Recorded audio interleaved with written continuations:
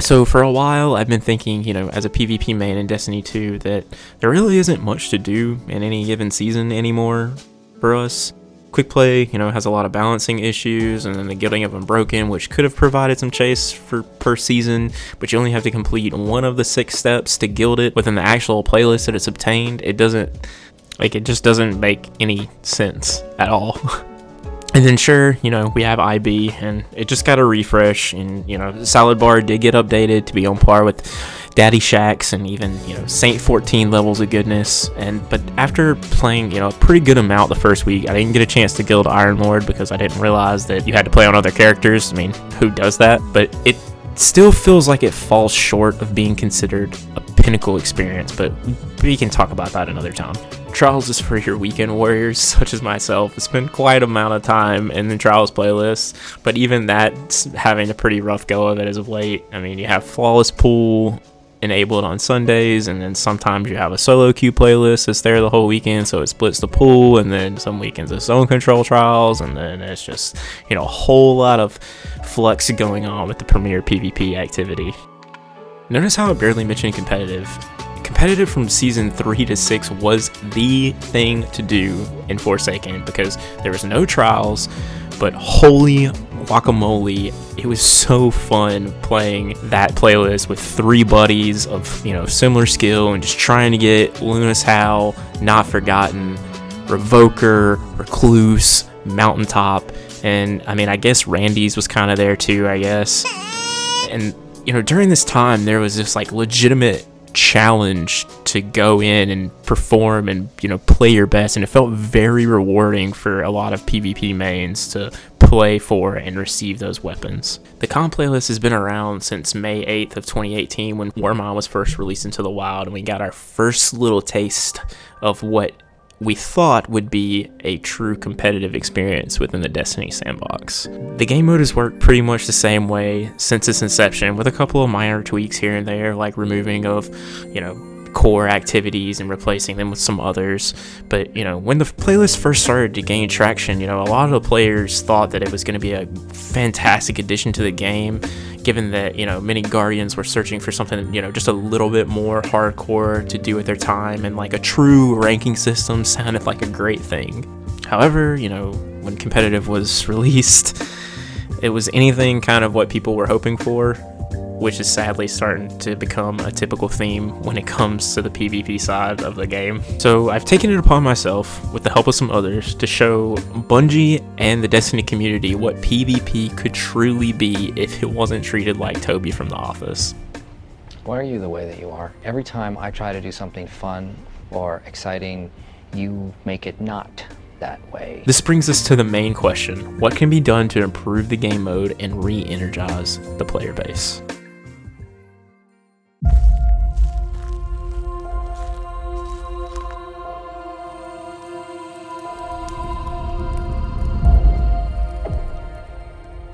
The Gauntlet is the premier PvP experience the players have been looking for since competitive's inception. The Gauntlet will replace competitive's existing space on the directory. It's going to return to its 4v4 roots. It's going to have locked loadouts now. Hold on. I know that this may not be a popular opinion, but sweats play out like this, and there is some merit to not being able to just randomly swap weapons and catch somebody off guard. So, it's going to be there for now at the beginning, and if needed, we can adjust accordingly. No radar. Again, this is supposed to be a premier mode, and most competitive modes across the spectrum do not have radar in their competitive mode. It's going to feature an actual in-game ranking system. It'll have 5 featured game modes, and most importantly, it's going to have new goodies to chase. And don't fret, Guardian, survival and its freelance counterpart won't be going anywhere, so players can attempt to hone their skills to take on this new and exciting challenge. You have my curiosity. Now you have my attention. So, how are things going to work, you're wondering? So, upon loading into orbit, as soon as you launch the game, a new splash banner will show up saying to visit Papa Shaxx. When you speak to him, he's going to give you a new quest for the Gauntlet.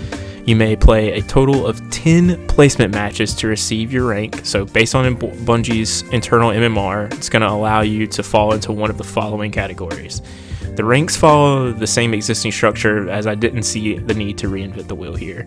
So you have Guardian, which encompasses Guardian 1, 2, and 3, Brave, Brave 1, 2, and 3, Heroic, 1, 2, and 3, Fabled, 1, 2, and 3, Mythic, 1, 2, and 3, and then Legend rank, which is your maximum rank. Wherever you end up falling on the spectrum, you're going to have a corresponding symbol that will be visible within the Gauntlet playlist to know what type of opponent you are facing. There will also be an in-game leaderboard, so you'll be able to see roughly the top 500 players in the world. I think most Destiny players would agree that the foundational gameplay is top-notch, and it's a major driving force behind why we continue to play this game. However, the other core aspect of this game is about that sweet, sweet loot, and do I have some of that to show you guys. This new reward structure is going to incentivize you to play by having an evolving armor set based on your rank in the game. The higher the rank, the sweeter looking your loot is going to become. There will be an evolving armor set for each class.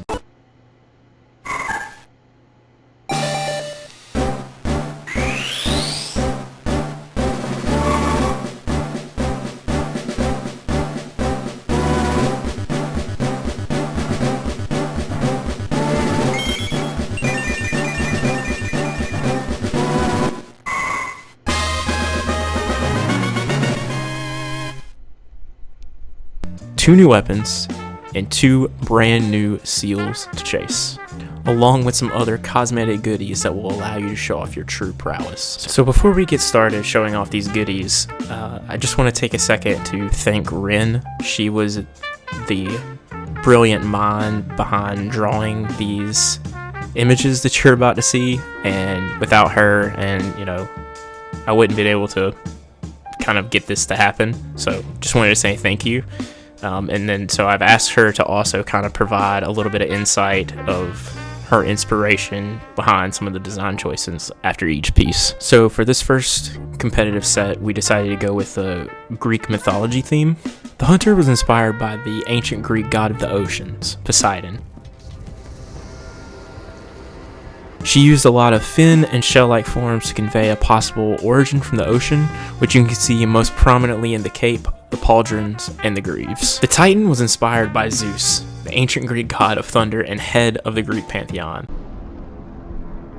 Because Titans are the most warlike out of the 3 classes, she pulled a lot of forms in ancient Greek armor, which you can see most easily with the helmet, the greaves, the pauldrons, and the leather skirt.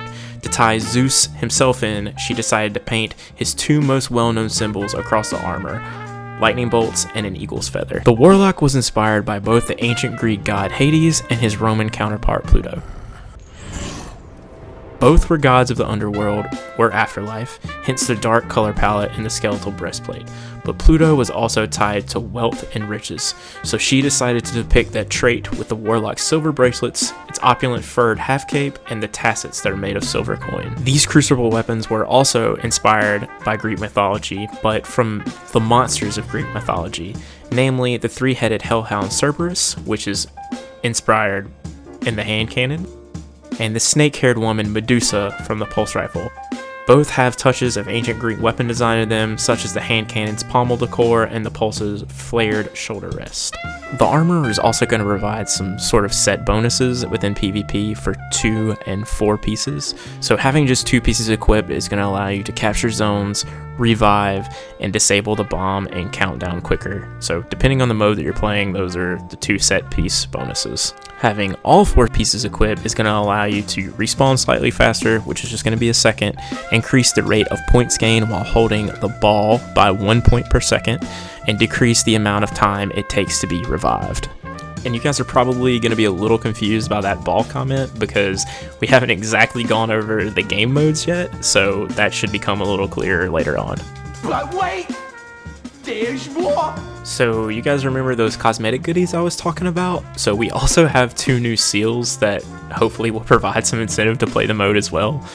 We have Shax's favorite robot buddies, the Red Jack seal. And for those willing to climb the mountaintop, we have the Eternal seal. This new competitive playlist will also be host to a brand new thing in Destiny 2, which is animated emblems, so I hope you guys like these.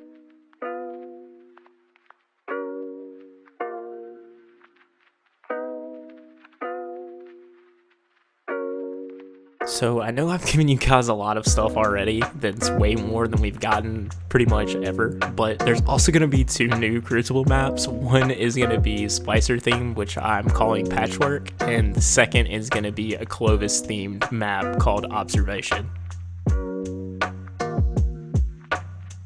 So besides the loot, the ranking system, the cosmetics, and the new maps, the gameplay within the Gauntlet will also see some major changes. So like I mentioned earlier, we're going to be going back to a 4v4 playstyle, which I feel provides a very good sense of balance to the game because the maps were originally made for this setup, so it makes sense to kind of go back to 4v4. Just a reminder that there's also going to be no radar in the Gauntlet. This is not going to be for the faint of heart, and you'll have to have, pretty solid skills in order to climb. Loadouts will be locked at the start of the game. No more switching, no more changing weapons and getting picked because somebody thought you had a shotgun when all of a sudden you have a sniper. So you're going to have to strategize, adapt, and overcome. So I thought a pretty good way to add some balance would be that at the beginning of each week, 1 special and 1 primary weapon will be banned. So this will allow for all archetypes of weapons to shine and for all playstyles to be represented. So the 5 game modes that I mentioned earlier are going to be Clash, Zone Control, the reintroduction of Countdown, and we're going to have 2 brand new game modes to Destiny. We're going to be bringing in Capture the Flag and what I like to call Godball, which is pretty similar to Oddball in Halo, but you have a little cute traveler that you pick up and carry, which I thought was pretty cool. So let's kind of break these modes down by what they bring to the table. Clash is just straight up comes down to who's better. If you slay out, you can win. Zone control is going to allow players to show off their strategic prowess and map knowledge by controlling the zones and only scoring 10 points every 5 seconds for each zone held. And the first team to reach 200 points is declared the winner. So you guys did hear me right. I did say that Countdown was going to be coming back into the game, and I know what a majority of you guys are going to say. This guy is an idiot. The hospital called. Your test results came back positive. You're a stage 5 dumbass. Countdown was terrible, but you guys are right, but also kind of wrong at the same time. If you guys look at any other competitive game, what is one of the primary modes that exists? Plant the bomb would be the answer.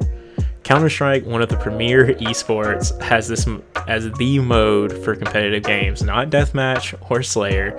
By dropping the number of round wins to 5, and if you take the current elimination sandbox into consideration, I think the game mode could truly shine and you could see a lot of different strategies evolve.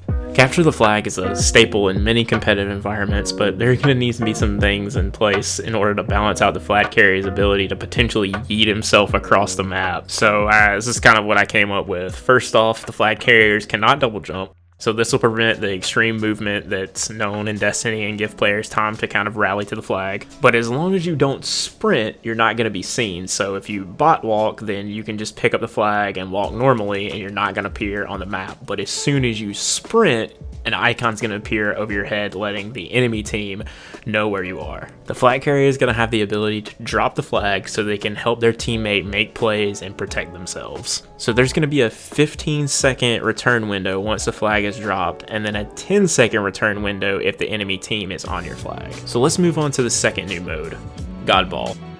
Godball is going to work very similar to how Oddball works in Halo. There has the potential to be 3 rounds. There's going to be a best of 3 format for any given match, so each team is going to have 5 minutes to score 100 points.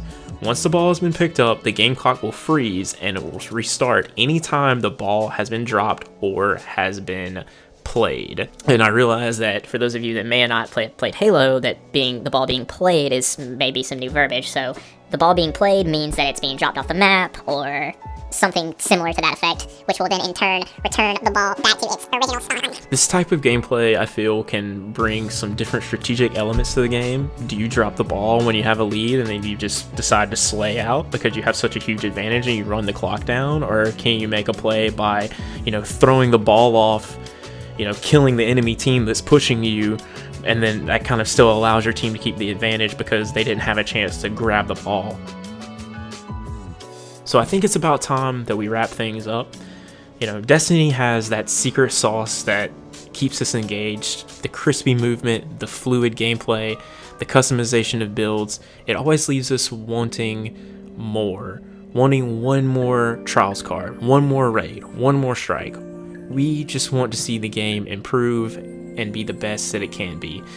You know, with each season and new expansion, the PvE side of Destiny has continued to grow and flourish, and it's become very fun and very engaging for a lot of the PvE community.